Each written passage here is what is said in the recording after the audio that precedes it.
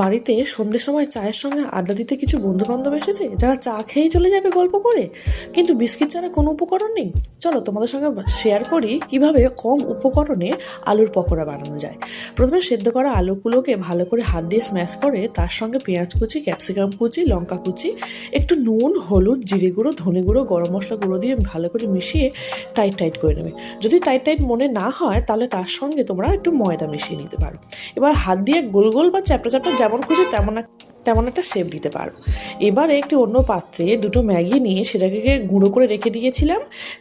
ওই যে আলুর যে গোল গোল করে রেখেছিলাম সেটা ওই ম্যাগিতে কোট করে তার উপর দিয়ে একটু ম্যাগি মশলা ছড়িয়ে ডুবো তেলেই ভাজলেই তৈরি হয়ে যাবে আলুর পকোড়া।